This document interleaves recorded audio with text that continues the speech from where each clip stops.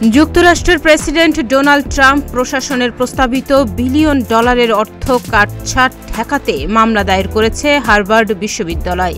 স্থানীয় সময় সোমবার বোস্টনের ফেডারেল আদালতে ট্রাম্প প্রশাসনের বিরুদ্ধে এ মামলা করে বিশ্ববিদ্যালয়টি।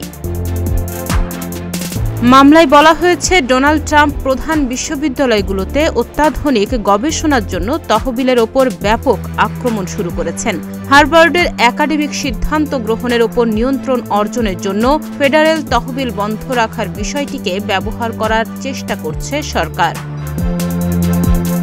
হার্ভার্ড অভিযোগ করেছে, ট্রাম্প প্রশাসনের পদক্ষেপগুলো স্বেচ্ছাচারী, বেআইনি এবং বিশ্ববিদ্যালয়ের প্রথম সংশোধনীতে বাক স্বাধীনতার অধিকার লঙ্ঘন করেছে। জানা যায়, সম্প্রতি হার্ভার্ড বিশ্ববিদ্যালয় ট্রাম্প প্রশাসনের কিছু দাবি প্রত্যাখ্যান করার পর পরিস্থিতি উত্তেজনাকর অবস্থায় পৌঁছায়।